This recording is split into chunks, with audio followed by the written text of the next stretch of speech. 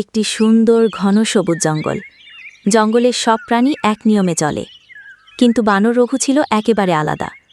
অন্যরা যখন ডানে যায়, সে যায় বামে। সকলে যখন বিশ্রামে, সে তখন লাফায়। হাতি বলল, ও তো পুরো পাগল, ওর মতো অদ্ভুত প্রাণী আমি দেখি নাই। হরিণ বলল, লোকে তো গুরুত্ব দেয় না, সবসময় উল্টা কাজ করে, তবে কারো ক্ষতি করে না। রঘু নিজেকে বলে নরম গলায়, সবাই এক পথেই হাঁটে, কেউ কখনো অন্যদিকে তাকায় না। যদি ভিন্ন পথে কিছু লুকিয়ে থাকে। এক সকালে জঙ্গলের নদীতে ভেসে আসে কালো একদলা কিছু মানুষের ফেলা বর্জ্য। জল হয় বিষাক্ত। রঙিলা পাখি চিৎকার করে বলল, জল পান করলে গলা জ্বলছে, এটা তো পান করার অযোগ্য। হাতি বলল, এবার কি হবে? সবাই তো এই নদীর পানিই খায়। ডোরাকাটা জেব্রা বলল, তাড়াতাড়ি অন্য কোথাও পানি খুঁজে বের করতে হবে। কিন্তু পুরো বনেই পানির সংকট। ছোট ছোট জলাধার শুকিয়ে গেছে গরমে, খাদ্যের অভাবও শুরু। বানর রঘু আড়ালে দাঁড়িয়ে সকলের কথা শুনতে থাকে। রঘু অনেক আগে থেকেই এক জিনিস খেয়াল করত। খরার সময়ে কিছু পাখি উড়ে চলে যেত একটা নির্দিষ্ট পাহাড়ের দিকে, আর ফিরত ফলের মিষ্টি সুগন্ধ নিয়ে। রঘু তাদের পিছন পিছন দিয়েই দেখতে পায় পাহাড়ের পিছনে একটি গুহা। পাখিরা সেখানেই যাচ্ছে। সে লুকিয়ে সব দেখতে থাকে। ওরা তো এমন এক জায়গায় যাচ্ছে যা কেউ জানে না, নিশ্চয়ই গুহায় কিছু আছে। রঘু একদিন একা গিয়েছিল।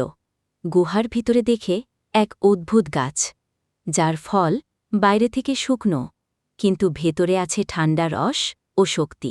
এটা তো এক গুপ্ত খাদ্য, সবাই যদি এটা জেনে ফেলে তাহলে বিনা প্রয়োজনেও সবাই এই খাদ্য নষ্ট করবে।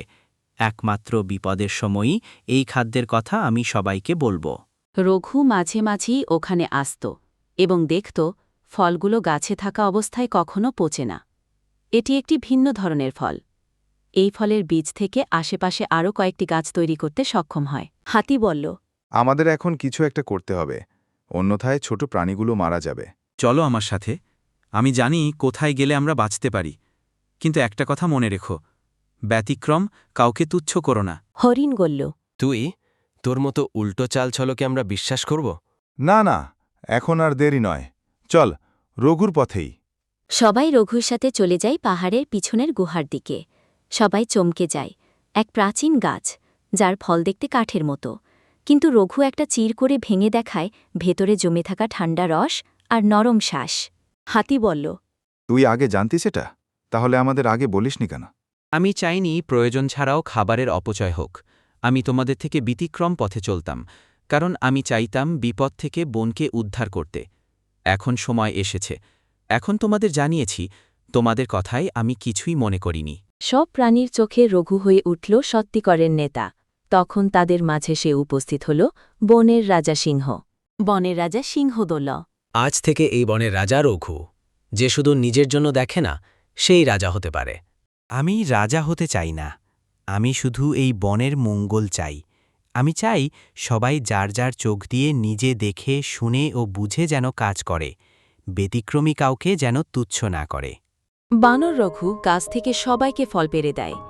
এইভাবেই এক উল্টো পথে হাঁটা বানর দেখালো প্রকৃত নেতৃত্ব কিভাবে ব্যতিক্রম থেকে জন্ম নেয়। সব প্রাণী খুশিতে আত্মহারা হয়ে নাচতে থাকে। এরকম ছোট শিশুদের শিক্ষণীয় সুন্দর সুন্দর গল্প পেতে আমাদের চ্যানেলটি সাবস্ক্রাইব করে আমাদের সাথে থাকবেন। ভিডিওটি দেখার জন্য অসংখ্য ধন্যবাদ।